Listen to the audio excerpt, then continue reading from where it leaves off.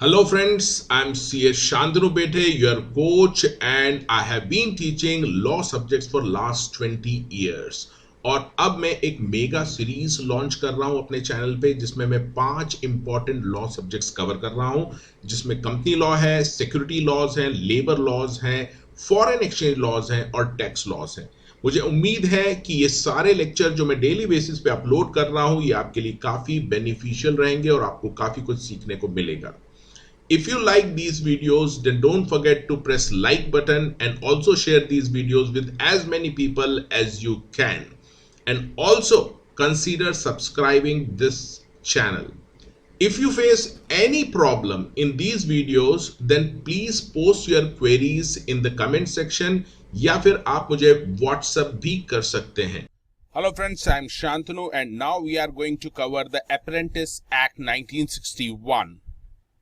Now first let's see the introduction of this act. The name is Apprentice Act 1961 and there are total 38 sections in it and there is one schedule. This act extends to whole of India including Jammu and Kashmir. This act is effective from 1st of March 1962.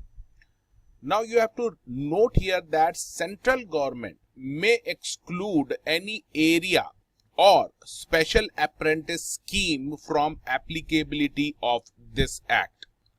Now let's see the object of this act. The object is to regulate the training of apprentice in the industry and to provide for the matters which are connected with this training.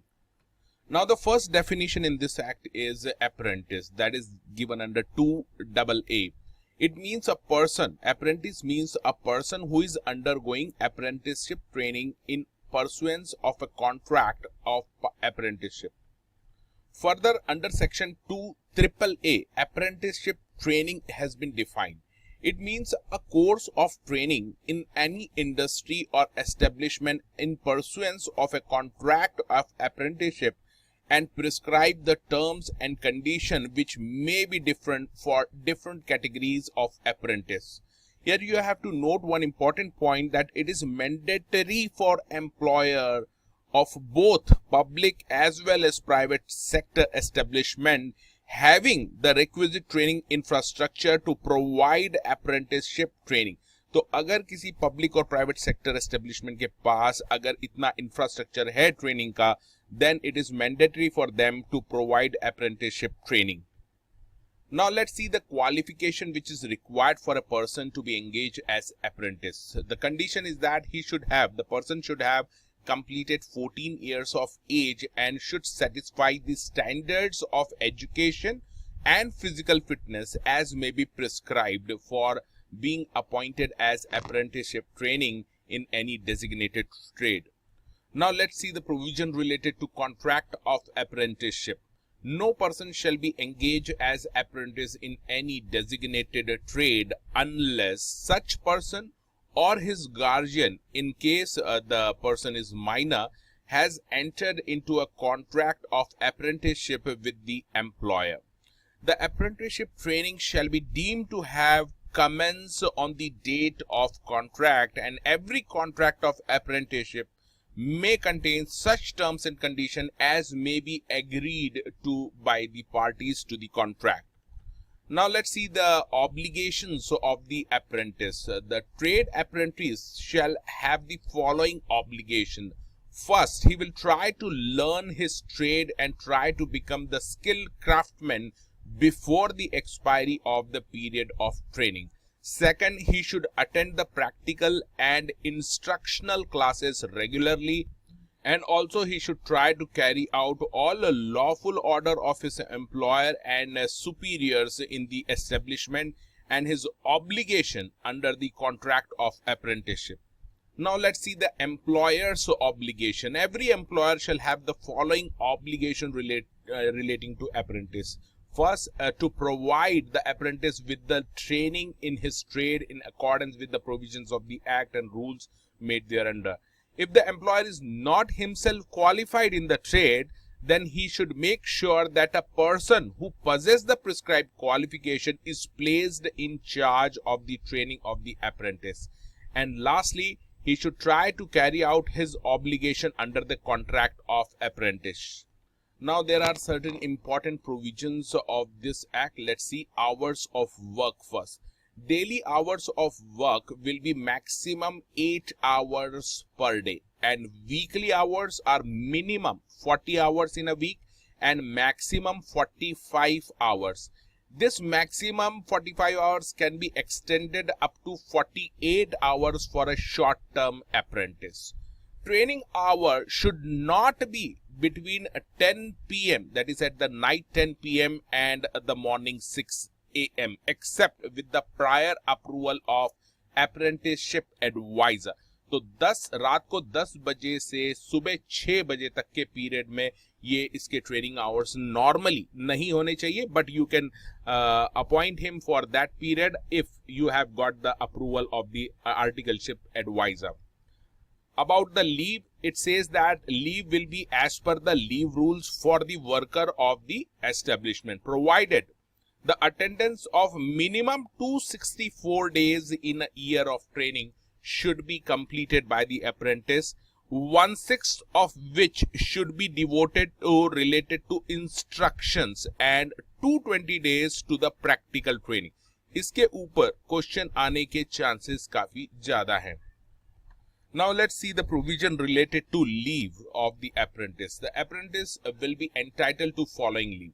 First, casual leaves. Maximum period of 12 days in a year he will get the casual leave. Any holiday intervening during the period of casual leave shall not be counted for the purpose of limit of 12 days. Casual leave not utilized during any year shall stand lapse at the end of the year. The casual leave shall not be combined with the medical leave. This is very important provision. You cannot combine the casual leave and medical leave. But if at all he combines the casual leave and medical leave together, then all those leaves will be treated as either the medical leaves or it will all will be treated as the casual leave. And all these medical leaves or casual leave should not exceed the maximum period of leaves prescribed under this act.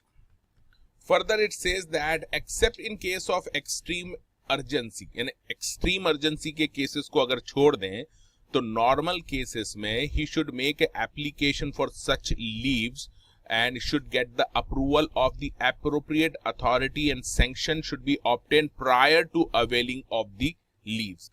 Now let's see the provision related to medical leaves. For a maximum 15 days for each year of training for illness. So medical leave can be taken as for the purpose of illness. Unused leave shall be allowed to be accumulated up to a maximum of 45 days. Any holiday intervening during the period of medical leave shall be treated as medical leave and accounted for the limit prescribed under this act. This is very important. Medical leaves के बीच में अगर कोई holiday आता है तो आपको उस दिन को हॉलीडे को भी लीव ट्रीट करना है for the purpose of medical.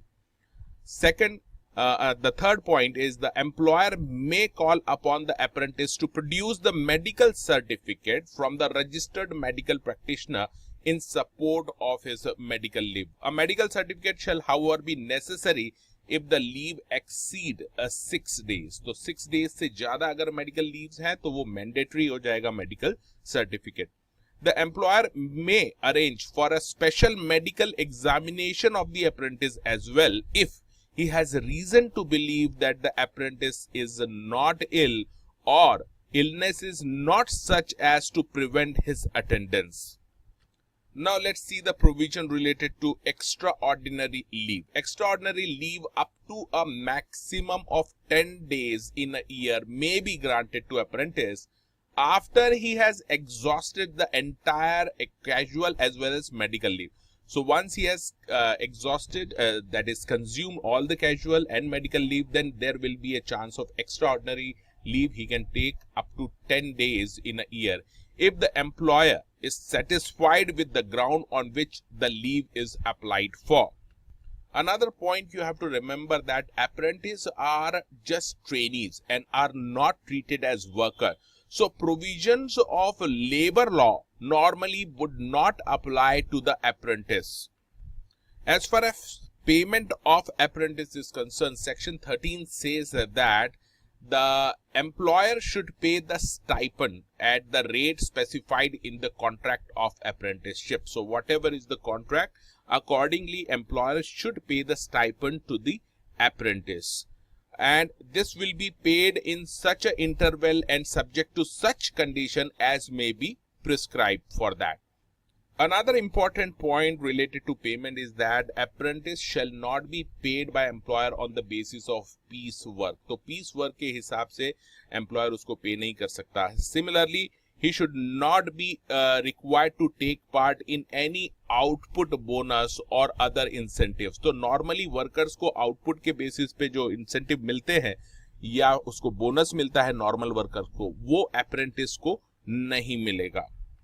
Apart from this, this act also contains the provision related to settlement of dispute. As per section 20, any disagreement or dispute between the employer or apprentice arising out of the contract of our apprenticeship shall be referred to apprenticeship advisor. तो apprenticeship advisor को आपको refer करना है वो dispute for his decision.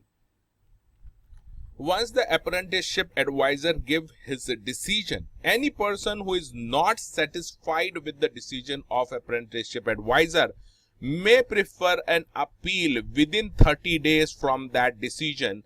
He may prefer an appeal to apprenticeship council, and such appeal shall be heard and determined by the committee of that council appointed for this purpose. And you have to remember that whatever decision given by the committee of that council, that decision shall be final.